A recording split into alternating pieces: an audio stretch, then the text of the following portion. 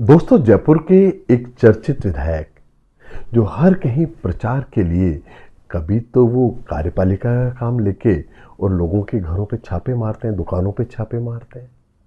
और अब तो उन्होंने हद कर दी जब वो शियाओं के एक धार्मिक स्थल के ऊपर बासबुदनपुरा पहुंच गए। उनका कहना था कि ये बदन सिंह के महल में आप क्या कर रहे हैं। तो दोस्तों, ये बात तो सच है कि वो महल एक दौर के अंदर भरतपुर को एस्टेब्लिश करने वाले सूरजमल जी के पिताजी बदन सिंह जी को सवाई जय सिंह ने दिए थे। मगर जब भरतपुर की रियासत जब कायम हो गई तो बदन सिंह जी और उनके वंशज सूरजमल जी जयपुर की जगह भरतपुर चले गए।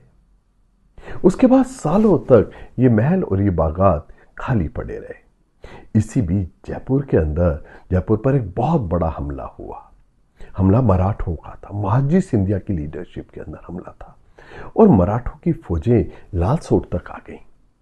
इसी बीच जयपुर की रक्षा के लिए एक सज्जन जिनका नाम मोहम्मद बेग हमदानी था और जो उस जमाने में तोपखाने के बहुत बड़े माहिर जनरल थे, वो जयपुर की मदद के लिए आ गए। और ना केवल उन्होंने जयपुर की मदद की, वो जयपुर की मदद के लिए आकर शहीद भी हो गए। अब ऐसे में लाजमी था कि उनके परिवार वालों के पोषण के लिए कुछ किया जाता, क्योंकि मोहम्मद बेग हमदानी जिस ढंग से लड़े जयपुर की रक्षा के लिए, वो अपने आप में एक मिसाल थी। न तो ये निकला कि ये जो बदन सिंह जी को जो महल है ये उनके परिवार को दे दिए गए। कालांतर में उनके जो बेटे थे इस्माइल बेग हमदानी, वो भी जयपुर की तरफ से लड़ते हुए पाटन की लड़ाई में उन्होंने बहुत बड़ा रोल अदा किया। मगर कालांतर में जब उनकी मृत्यु हो गई तो उन्होंने ये सारी जो संपत्ति, ये महल, ये बागात जो उनको जयपुर रियासत की तरफ से दिए गए थे, उनके पिता के शहीद होने पर ये उन्होंने वक्फ कर दिए। अब ऐसे में अगर वहाँ इमाम बाड़ा है तो वो बाकायदा एक कानूनी ढंग से वो काबिज होके एक इमाम बाड़ा है।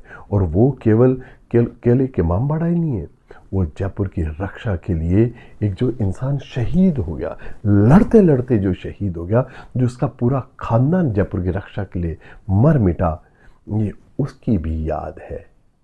अब ऐसे में आप बिना ये जाने, मैं मानता नहीं कि वहाँ के जो विधायक हैं उनको ये बात पता हो कि हवा महल को बनाने वाले प्रताप सिंह की मदद के लिए कौन जयपुर में आया था।